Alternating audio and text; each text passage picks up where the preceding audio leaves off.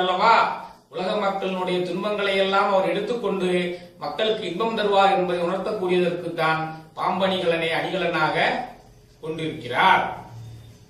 இப்பொழுது கேசத்தில் இருந்து அடுத்து நெற்றிக்கு வருவோம்.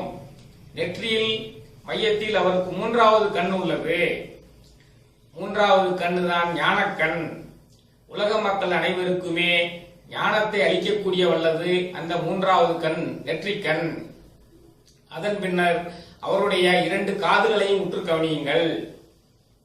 இடது காதில் பெண்கள் அணியக்கூடிய வட்ட வடிவமான தோடு ஒன்றை அணிந்திருக்கிறார். அதான் தோடுடைய செவியன். அது எதை குறிக்கிறது? தன்னில் பாதியை உமைக்கு அளித்தது என்பதால் பெண் வடிவத்தில் உள்ளது. பெண்ணுக்குரிய அணிகலன்கான தோடு அந்த காதில், இடது காதில் உள்ளது. வலது